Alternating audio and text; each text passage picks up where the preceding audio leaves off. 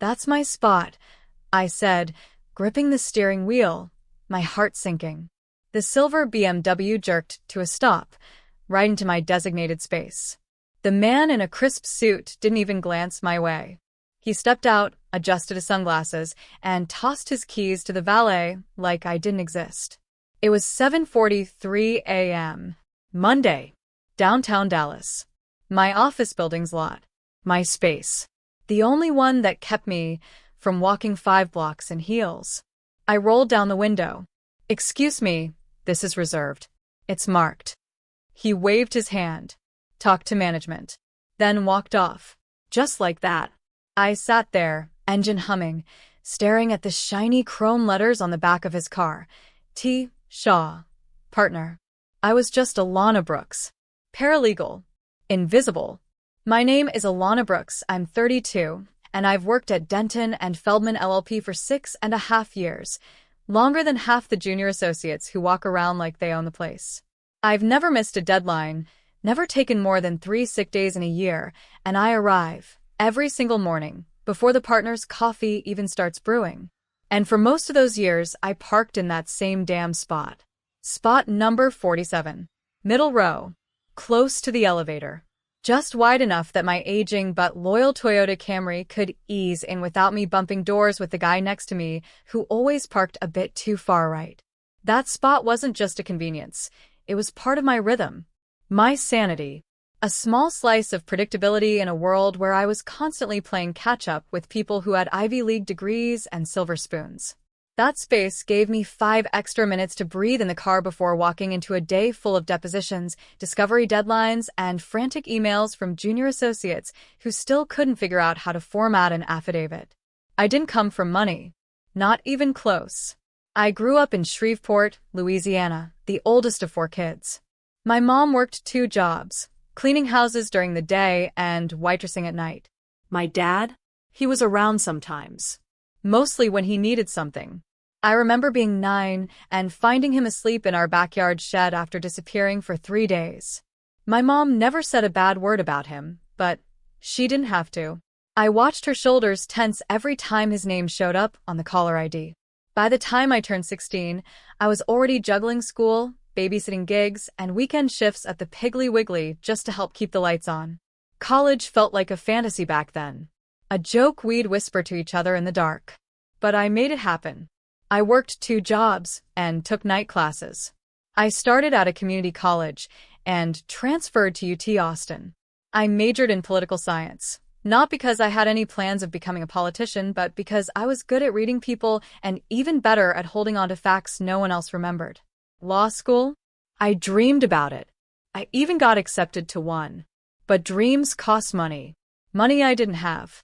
Instead, I went into legal support work. It wasn't glamorous, but it was steady. And I was good at it. I moved to Dallas at 25, started working for Denton and Feldman as a temp, and within 3 months, I was hired full-time. That's rare in this business. Especially for someone who didn't intern under a judge or summer in Manhattan. They noticed me because I was efficient. I didn't gossip. I didn't mess up. I made the firm look good. And I knew how to keep secrets, which, as it turns out, is a rare and valuable trait in a building full of egos. I earned that parking spot after 5 years. Officially. It had my name laminated and everything. It was the firm's way of saying you belong here, even if they didn't want to say it out loud. But things changed when Tyler Shaw made partner. Tyler came in fresh-faced and arrogant. Ivy League charm. Perfect hair.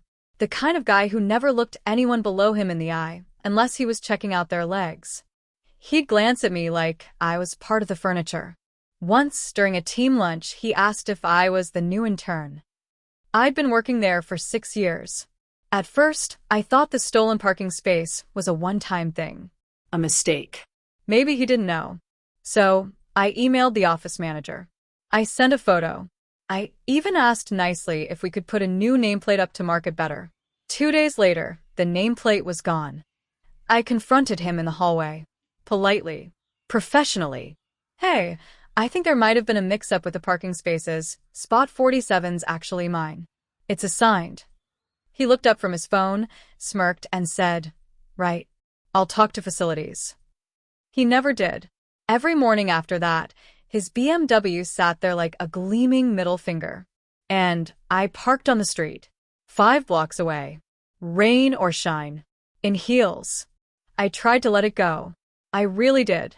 I told myself it wasn't worth the energy, that I had bigger dreams, that maybe this was a sign to finally apply to law school again or start my own legal services agency, like I'd whispered to myself in journal entries for years. But then came the incident with the file. It was late one Thursday, almost 8 p.m. The office was quiet except for the hum of fluorescent lights and the occasional clink of someone microwaving leftovers. Tyler stormed in red-faced, holding a folder. "Why wasn't this prepped for the Sanderson deposition?" he barked, slamming it onto my desk. I blinked. "Because it wasn't due until next Monday. Per the email chain which you're on." He didn't even check. Just pointed at the door and muttered, "I'll take care of it myself." This is why we don't rely on support staff for critical work. Support staff. The word sliced deeper than I expected. I went home that night soaked from head to toe. My umbrella had snapped in the wind, and sat on my floor in silence. My apartment smelled like takeout and lemon-scented floor cleaner. My cat, Tuna, curled up beside me, purring softly. And I broke down. Not because of the parking spot, or the file, or the rain, but because I realized that no matter how hard I worked, how polite I was, how many hours I put in, I would always be seen as second class in that office. Unless I changed the narrative. A week later, I found myself scrolling through commercial listings at 2 a.m. It started as a fantasy, a stress relief. What would it cost to buy a parking lot in downtown Dallas? Surely millions. But then I saw it. A lot. 0.23 acres. Behind our office building. Technically zoned for public parking. Underused. Cracked pavement. Faded lines. Listed as a motivated sale. $312,000. Still a lot, but not unreachable. Especially for someone who'd been quietly saving and investing for the last 10 years. I didn't buy designer bags or eat out every weekend. I clipped coupons and drove the same car since college. My 401k was modest, but I had $92,000 in a savings account. And I had no debt. Zero. I stared at that listing for 3 nights straight. My mouse hovered over the contact button, so long it left a faint burn mark on my skin. On the 4th night I clicked. The email came back the next morning. Still available. Seller is motivated. Can arrange a viewing this week. My hands trembled slightly as I replied. I didn't tell anyone. Not my coworker Kim. Not even my best friend Nia. And certainly not my mother, who would have immediately asked if I was losing my mind. I showed up to view the lot that Friday. It was early, before sunrise. A real estate agent named Victor Kramer met me there with a flashlight and a manila folder. "It's not pretty, but it's functional," he said, pointing at the cracked asphalt and faded yellow lines. Previous owner ran it as a small hourly lot. Since COVID, it's been abandoned. I nodded, barely listening. My mind was already moving through possibilities. Monthly leases. Reserved company spots. Weekend overflow event parking. Or maybe something more. The lot was directly adjacent to Denton and Feldman LLP. Not technically theirs, but they'd been using it casually for years. Some of the attorneys had begun parking there unofficially, like squatters with luxury sedans. Victor gestured toward a rusted sign. "The zoning is commercial. If you wanted to resurface it and formalize the structure, it's completely legal." I squatted down and touched the pavement. Dust and small gravel collected under my nails. There was something poetic about it. "I'll take it," I said, standing. He blinked. "Pardon?" "Make the offer. Full price. No contingencies. I'll wire the earnest deposit this afternoon." He straightened up, surprised. "You a developer?" "Not yet," I said with a tight smile. The next 2 weeks were a whirlwind of legal documents, title checks, zoning reviews, and wire transfers. I cashed out a modest investment account I had been holding for emergencies. I secured a small business loan with favorable terms thanks to my impeccable credit. I used my paralegal experience to draft contracts and read every line of every document. I was methodical, detached. Come. The seller accepted my offer. No questions asked. 3 weeks later, I held the deed to Lot 28B, officially registered under the name Brooks Holdings LLC. I had created the entity myself online at 3:17 a.m. with a $150 filing fee. For the next several days, I did not park in spot 47 or on the street. I parked 3 blocks away again, quietly, unbothered. But I had a plan. On Monday morning, I sat down with Ramon, a friend of my cousin who worked in city planning. He connected me with a local paving contractor who owed him a favor. By the following Friday, resurfacing on the lot began. 2 days later, fresh paint lines. 3 days later, a brand new automated gate was installed. By the end of the week, a sign went up. Private lot. Reserved parking. Monthly permits required. Managed by Brooks Holdings. Unauthorized vehicles will be towed. The same day the sign went up, I submitted an email blast through the firm-wide system, using the generic subject line. Important. Parking access update. Adjacent lot. No one knew who Brooks Holdings was. I kept it vague, but professional. Dear tenants and nearby business associates, as of next Monday, the adjacent parking lot, formerly open access, will operate under new private management. All vehicles must be registered via the permit portal, link provided. Unauthorized vehicles will be subject to removal at owner's expense. Monthly lease options available. Thank you. Management, Brooks Holdings LLC. I waited. By Tuesday, I started noticing whispers around the office. By Wednesday, Kim came to my cubicle holding her phone. Hey, do you know anything about this lot email? She asked. Tyler was fuming earlier. Said something about losing his space. I blinked innocently. Really? I didn't see. But I had seen. I had crafted every word. That Thursday morning was the first time I parked in the lot I owned. The gate clicked open with my keycard. My car rolled over smooth pavement. I parked in the center spot, facing the building. The sun was barely up. And then I waited. Tyler arrived at exactly 7:58 a.m., late as always. His BMW pulled into the same space he always stole. Except now, a bright orange permit-required sign was bolted to the curb. He slowed, squinted, and frowned. Then parked anyway. I watched from across the lot, sipping my coffee. I let him go inside. Waited 15 minutes. Then I called the towing company. 30 minutes later, as I walked into the building with my briefcase, I passed him outside, red-faced, arguing with a man in a neon vest and clipboard. What do you mean it's been towed? I've parked here for months. The driver shrugged. This lot's private now. Company policy. Gotta take it up with the owner. Who the hell is the owner? I paused near the sidewalk, smiled, and said, Good morning, Tyler. He turned, eyes narrowing. Did you see who? I pulled my access badge from my coat pocket, flashing the small silver imprint. Brooks Holdings Founder Access. I held it up between 2 fingers. You might want to take a look at this before we continue, I said coolly. He stared at the card. His lips parted. No words came. For the first time in months, he had nothing smug to say. I walked past him, heels clicking like punctuation on pavement, and entered the building. Word spread fast. By noon, 5 more cars had been towed. The rest of the office got the message. I received emails through the contact portal. One from Lindsay, a senior associate, asking politely how to lease a spot. Another from Mr. Denton himself, requesting a call to discuss long-term options for the firm. I kept every reply courteous. Professional.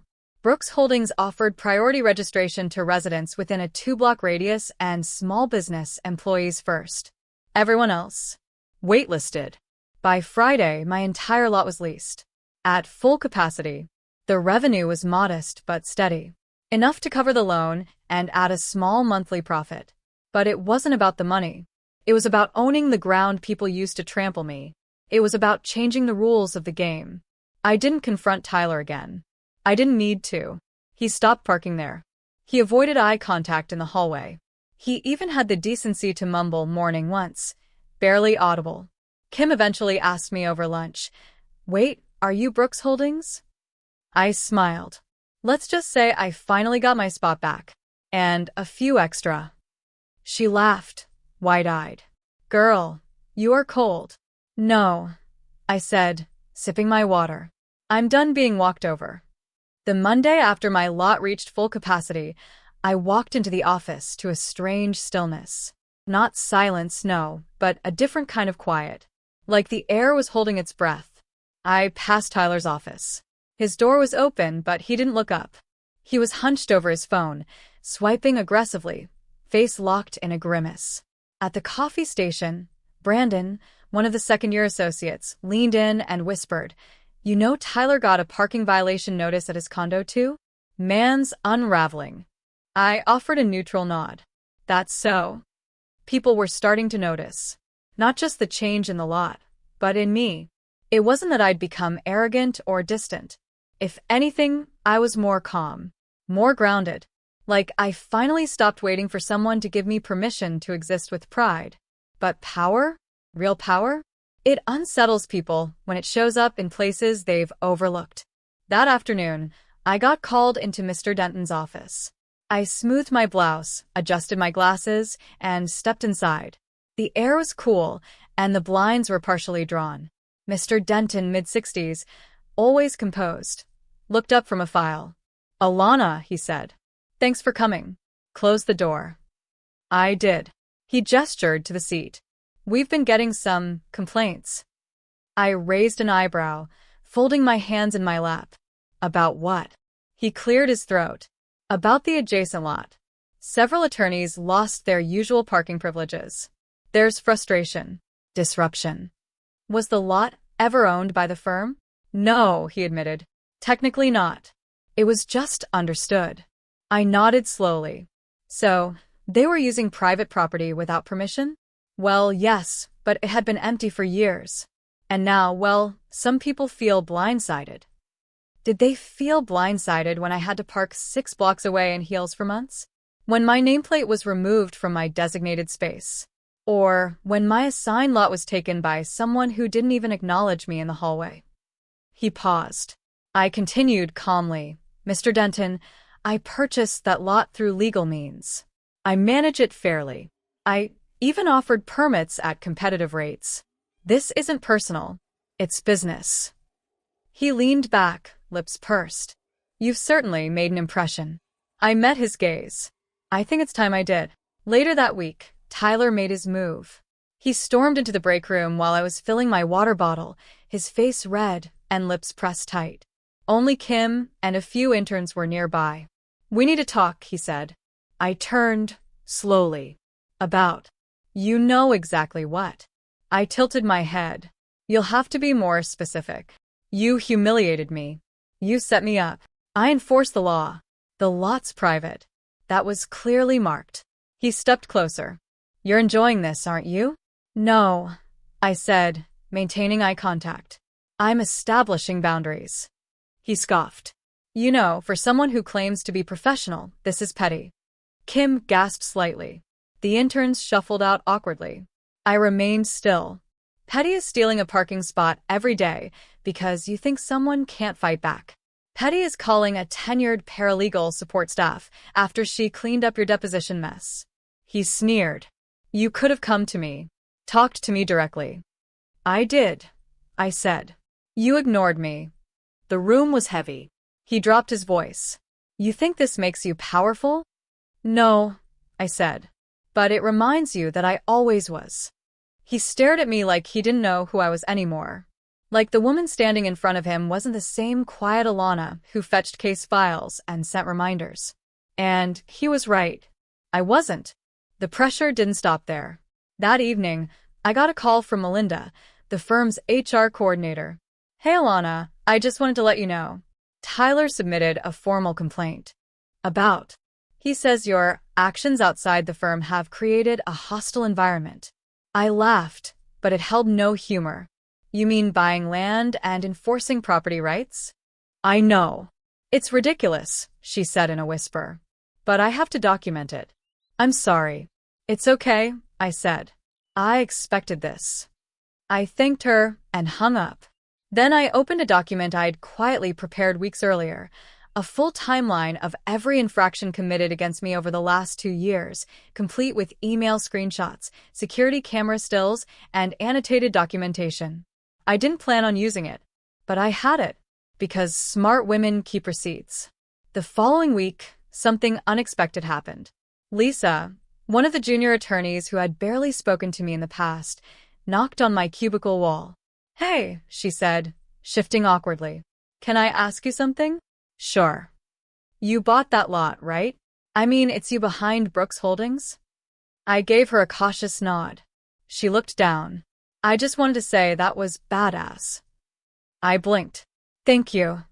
She chuckled. Seriously, it gave me a weird kind of hope. Like, maybe we don't have to eat crap forever before we get to speak. That made me pause. "You dealing with something?" She shrugged. "A partner keeps calling me sweetheart during meetings. Last week he told me to smile more in front of a client." I winced. "That's not okay." "I know," she said. "But watching you, I don't know."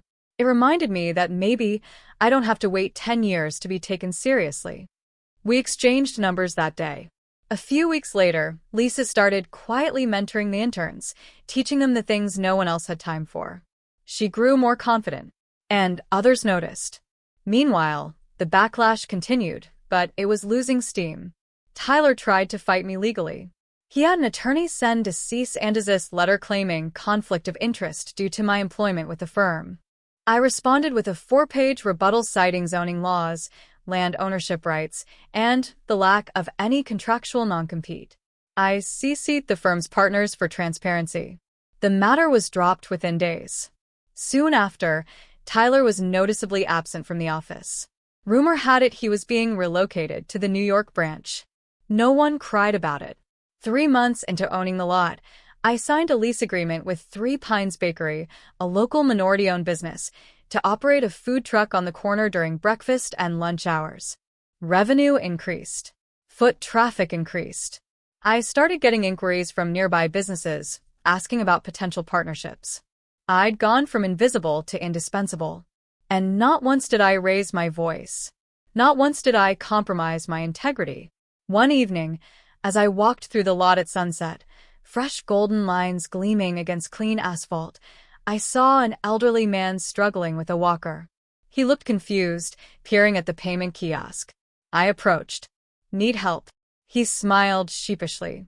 "First time trying one of these machines. Just wanted to get across the street to visit my wife at the clinic." I waved him off. "Don't worry about it. I'll validate you." He blinked. "You work here?" I smiled. "I own it." He looked at me with such warmth. "Good for you, honey. World needs more women like you in charge." That night, I added a free validation program for senior citizens visiting the nearby clinic. It cost me almost nothing, but earned goodwill that spread faster than gossip in a law firm. Friday morning felt electric. It was the grand reopening of the lot, formerly known as Blue Tower Parking, now renamed Brooks Plaza. A new sign gleamed in the early sun, polished and proud. I stood near the ribbon, flanked by reporters, city council members, and the local business district board. Everyone was buzzing. A sharp black BMW crept into the entrance. I didn't even have to see the plate to know it was Tobias Shaw. He had the same confident scowl as always, until he saw me. I smiled. "Morning, Mr. Shaw. Need a place to park?" He frowned. "What is this?" He gestured at the crowd, the cameras, the velvet rope. I handed him a glossy flyer. "You're standing at the opening ceremony of Brooks Plaza. I'm the new owner and managing partner of Brooks Legal Group." He blinked. "You bought the lot?" "No. I bought the company that bought the building, then the lot. I own your lease." I grinned, watching his color drain. "And since your firm defaulted on lot fees for 3 months, your parking access has been terminated." People were whispering now. A few turned to gawk. You can't do that." I held up a file folder. "I think you'll find I can. You see, I've had time to study every inch of your contract. And since I now oversee operations for all tenant services, I've also declined to renew your office's monthly rental. You have until the end of the week to vacate. Laughter rippled through the small crowd. Cameras clicked. Councilman Ramirez chuckled. I always hated how your firm hogged the west entrance. Tobias looked around, stunned. This is insane. No, I said, stepping closer. This is justice. You never saw me before, remember? Maybe now you will. And with that, I snipped the ribbon. Applause erupted. I watched as Tobias stormed off, his BMW stuck in the no-entry lane, boxed in by construction cones I had placed just for this moment. After the cameras left and the lot grew quiet, I sat in my new office, overlooking the very spot they once stole from me. The irony wasn't lost. What began as a petty inconvenience had unfolded into something far bigger and far more meaningful. For years, I let people like Tobias Shaw walk over me. Louder voices, flashier suits, names that opened doors mine couldn't. But that parking space? That one silly square of asphalt? It forced me to reclaim my voice, my dignity, my future. The truth was, this wasn't just about revenge. Not really. It was about earning my place, not just in the lot, but in the world. I didn't need to scream or fight dirty. I used my mind, my patience, and the law. And I won. Outside my window, I watched other cars pull into the newly repainted lot. Young interns, small business owners, elderly couples heading to the pharmacy. People who now had a spot because someone stood up and said, "This space matters." That night, I walked out and parked in the same spot where it all began, spot 37. Except now, no one could take it from me. It had my name on it. As I turned off the ignition, I looked up at the skyline. For the first time in a long time, I felt seen. I didn't need anyone's permission anymore. Because this time, I owned it all.